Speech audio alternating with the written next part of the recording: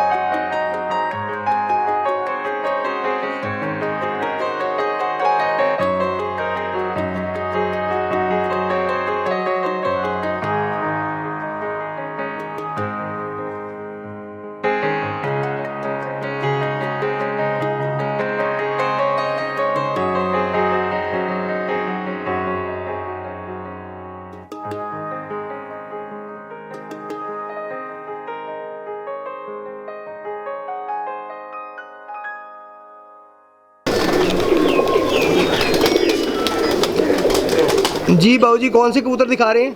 ਇਹ ਦੇਖ ਲਓ ਨਾ, ਇਹ ਉਹ ਜਿਹੜੇ ਲਾਲ ਤੂਫਾਨ ਨਹੀਂ ਅੱਗੇ ਮੈਂ ਤੁਹਾਨੂੰ ਦੱਸਿਆ ਤੇ 38 ਨੰਬਰ ਚੋਂ ਅੱਗੋਂ ਲਾਲ ਤੂਫਾਨ ਨਿਕਲੇ, ਲਾਲ ਤੂਫਾਨ ਚੋਂ ਅੱਗੋਂ ਇਹ ਨਿਕਲੇ। ਇਹਨਾਂ ਦਾ ਮਾਂ-ਬਾਪ ਦੇਖੋ ਤੁਸੀਂ, ਉਹ ਗਹਿਰੇ ਜਾਲਦਾਰ ਨੇ ਜੀ ਜੀ, ਉਹਨਾਂ ਚੋਂ ਅੱਗੋਂ ਇਹ ਨਿਕਲਿਆ। ਹੁਣ ਕਲਰ ਦੇ ਉੱਥੇ ਖਤਮ ਹੋ ਗਿਆ ਨਾ, ਉਹ ਜਾਲਦਾਰ ਨੇ ਗਹਿਰੇ, ਉਹਨਾਂ ਚੋਂ ਅੱਗੋਂ ਇਹ ਨਿਕਲਿਆ। ਬਲੱਡ ਲਾਈਨ ਉਹੀ ਆ ਗਈ ਤੇ ਲੇਕਿਨ ਕਲਰ ਚੇਂਜ ਹੋ ਗਿਆ ਤੇ ਕਲਰ ਦੇ ਫਿਰ ਉਹ ਜਿਹੜਾ ਉਹ ਅਸੀਂ ਕਹਿੰਦੇ ਆ ਉਹ ਜਾਲਦਾਰ ਹੋਣੇ ਚਾਹੀਦੇ ਨੇ ਤੇ ਉਹ ਕਲਰ ਹੋਣਾ ਤਾਂ ਜ਼ਰੂਰੀ ਨਹੀਂ ਨਾ ਹੈਗਾ। ਅਸਲ ਦੇ ਬਲੱਡ ਲਾਈਨ ਹੋਣੀ ਜ਼ਰੂਰੀ ਹੈ, ਉਹ ਇਹਦੇ 'ਚ ਹੈਗੀ ਹੈ। जी बिल्कुल सही कहा जी ਕੰਮ ਦੇ ਕਰਨਾ ਬਲੱਡ लाइन है, ये इंशाल्लाह ताला सानू पता है कि अगे काम करेंगे। नाज़रीन आज हम आपको जिस छत पे दिखा रहे हैं, शौक करवा रहे हैं, बाबू साहब बहुत क्लियर वाजिया बता रहे हैं आपको कि लाल परी किस किस कलर में है, इनके डब वाले किस किस कलर में है, इनके लाल तूफान किस किस कलर में है। यानी कि एक कलर नहीं है या आँख का या उसके शेप का एक कलर नहीं है, परों का मुख्तलिफ है। आइए जी एक दफ़ा फिर आपको लाल तूफान जी, हाँ जी लाल तूफान का एक दफ़ा फिर शौक करवाएं आप। या इनू बेशक लाल परी कह लो, लाल तूफान कह लो, क्योंकि लाल परी ते मादी सी ना, उड्डी सी ना जी जी, ਜਿਹੜੀ ਉੱਥੇ ਨਿਆਜ਼ ਬੇਗ ਰੋਡ ਤੇ ਚੇਅਰਮੈਨ ਸਾਹਿਬ ਵਾਲੀ ਛੱਤ ਤੇ ਉੱਡੀ ਸੀ ਤੇ ਉਸ ਤੋਂ ਬਾਅਦ ਜਿਹੜੀ ਹੈ ਨਾ ਉਹ ਉਹਨਾਂ ਦਾ ਸਾਰੇ ਜਿਹੜੀ ਬਲੀਡ ਆ ਗਈ, ਉਹਨਾਂ ਦਾ ਨਾਂ ਰੱਖਿਆ ਗਿਆ ਲਾਲ ਪਰੀ। ਸਹੀ। ਇਹ ਜਿਹੜੇ ਨੇ ਨਾ ਉਹਨਾਂ 'ਚੋਂ ਅਸੀਂ ਡੱਬ ਵਾਲਿਆਂ ਨੂੰ ਸਾਰਿਆਂ ਨੂੰ ਲਾਲ ਪਰੀ ਕਹਿਣ ਲੱਗ ਪਏ ਸਹੀ ਆਮ रूटीन 'ਚ, ਲੇਕਿਨ ਹੈਗੇ बेसिकल ਇਹ कबूतर डब वाले से। आइए नाज़रीन डब वाले को उर्फ लाल परियों का शौक दोबारा करवाएं आपको, लाल तूफान, लाल परी, डब वाले, उनका दोबारा शौक करवाएं आप। जी उस्ताद जी पर खोलिएगा। हाँ बोला जी जी जी, देखो जी कलर तो कोई भी है ना, कोई भी है असल कबूतर ने डब वाले ਅਸੀਂ ਅੱਗੋਂ ਨਾਂ ਦੇ ਅਸੀਂ ਰੱਖੇ ਦੇ ਨੇ ਨਾ। ਲਾਲ ਤੂਫਾਨ ਰੱਖ ਦਿੱਤਾ, ਮੇਰੇ ਕੋਲ ਮਾਦੀ ਉੱਡਦੀਆਂ ਸੀ, ਉਹਨਾਂ ਦਾ ਨਾਂ ਲਾਲ ਤੂਫਾਨ ਰੱਖ ਦਿੱਤਾ। ਮੇਰੇ ਕੋਲ ਨਰ ਉੱਡਦਾ ਸੀ, ਉਹ ਮਾਦੀ ਇੱਕ ਉੱਡਦੀ ਸੀ, ਉਹ ਥੋੜ੍ਹੀ ਵੱਡੇ ਵੇਟ 'ਚ ਸੀ, ਉਹਦਾ ਨਾਂ ਹੀਨੋ ਰੱਖ ਦਿੱਤਾ।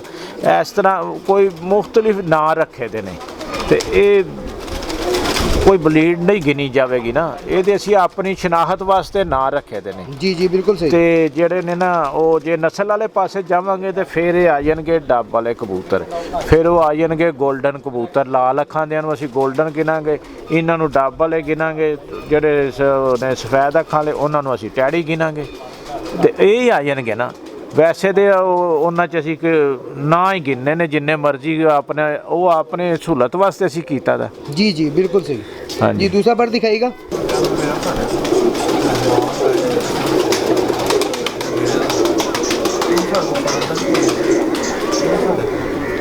माशाल्लाह जी, आँख दिखाइएगा।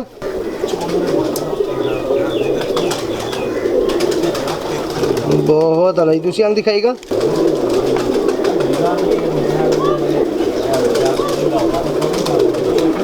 माशाल्लाह जी, पंजा दिखाइएगा।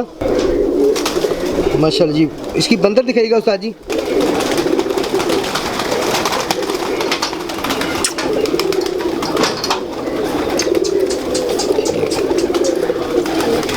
माशाल्लाह जी। बाबू जी कौन से कबूतर को शौक करवा रहे हैं? ਇਹ ਸਿਰਫ ਹੁਣ ਇਹ ਫਰਕ ਵਾਸਤੇ ਦਿਖਾ ਰਿਹਾ ਜੀ, ਇਹ ਵੀ ਲਾਲ ਪਰੀ ਹੈ ਜੀ, ਇਹ ਲਾਲ ਤੂਫਾਨ ਹੈ। ਇਹ ਜਿਹੜੇ ਇਹ ਤੁਸੀਂ ਦੇਖੇ ਨਾ ਘੋਗੇ ਜੀ ਜੀ, ਇਹ ਉਹਨਾਂ ਦੀ ਭੈਣ ਹੈ ਸਕੀ। सकी बहन ਹਾਂਜੀ, ਹੁਣ ਇਹਦਾ ਕਲਰ ਦੇਖ ਲਓ ਤੇ ਉਹਦਾ ਦੇਖ ਲਓ ਤੁਸੀਂ जी, बहुत ज़मीन आसमान का फ़र्क है जी। ਹਾਂਜੀ। ਤੇ ਉਹ ਜੇ ਉਹ ਮੈਂ ਦੱਸਣਾ ਆਪਣੇ ਭਾਈਆਂ ਨੂੰ, ਦੋਸਤਾਂ ਨੂੰ, ਇਹ ਚਾਹ ਰਿਹਾ ਬਜ਼ੁਰਗਾਂ ਨੂੰ ਕਿ ਅਸਲ ਜਿਹੜਾ ਨਾ ਉਹ ਕਲਰ ਹੋਣਾ ਜ਼ਰੂਰੀ ਨਹੀਂ ਹੈਗਾ। ਅਸਲ ਜਿਹੜਾ ਨਾ ਪਿਓਰਟੀ ਇਹਨਾਂ ਦਾ ਜੇ ਮਿਲਣਾ ਹੈ ਤੇ ਉਹ ਇਹਨਾਂ ਦਾ ਬਲੱਡ ਲਾਈਨ ਹੈ।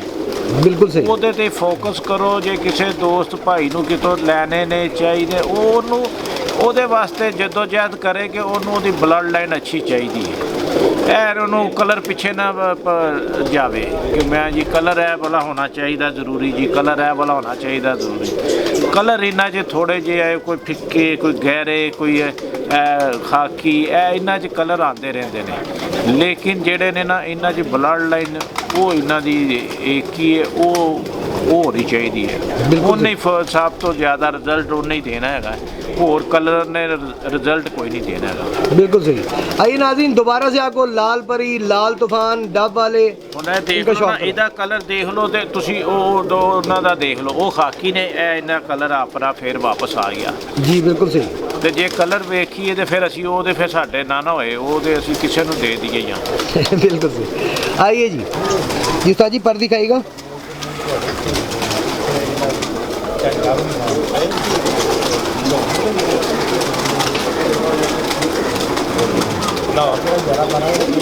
माशाल्लाह, दूसरा पर दिखाइएगा जी।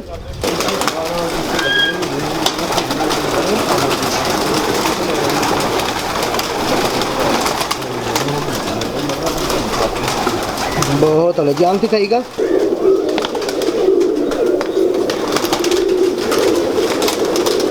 माशाल्लाह जी, पंजा दिखाइएगा।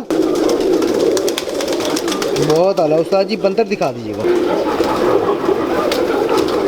माशाल्लाह जी। नाज़रीन, आज आपको हमने उस्ताद बाऊ ताहिर साहब की छत का शौक़ करवाया। उम्मीद है आपको इनके कबूतर भी पसंद आए होंगे। मुझे तो बहुत अच्छे लगे हैं। अब देखते हैं आप क्या रिस्पॉन्ड करते हैं। माशाल्लाह, बहुत बड़ी पार्टी के हेड हैं जी उस्ताद बाऊ ताहिर साहब। और बड़ी बात है, एक पार्टी को चलाना इतना आसान नहीं होता, और ये एक समझदार उस्ताद का ही काम है। और माशाल्लाह समझदार हैं तो चला रहे हैं पार्टी को। अच्छा बाबूजी, तारुफ तो करवाइएगा, आपके राइट साइड पे कौन बैठे हुए हैं? ये जी उस्ताद मज़र साहब बैठे हैं। ये मियाँ साहब के शागिर्द होकर उस्ताद हुए हुए हैं। माशाल्लाह। अस्सलाम वालेकुम जी। वालेकुम। क्या हाल है आप? अल्हम्दुलिल्लाह। फजल भाई, मदर भाई, आपका कहाँ से ताल्लुक है? लाहौर से ही आप? नहीं, मेरा बेसिकली तलक तो डिस्ट्रिक्ट हाफिजाबाद से है, लेकिन अभी मैं कारोबार के सिलसिले में लाहौर में सेटल हूँ। यानी कि लाहौर में शिफ्ट हुए हैं आप? जी जी, मैं लाहौर में हूँ। पहले मैं बाहर था दुबई में, तकरीबन 16 साल दुबई में रहा हूँ। और अल्हम्दुलिल्लाह मेरे इंडिया में, दुबई में भी शागिर्द हैं। माशाल्लाह। जिस तरह बाऊ जी के हैं, अमारात में भी शागिर्द हैं इनके। और इंशाल्लाह शौक़ अच्छा मिलेगा इंशाल्लाह।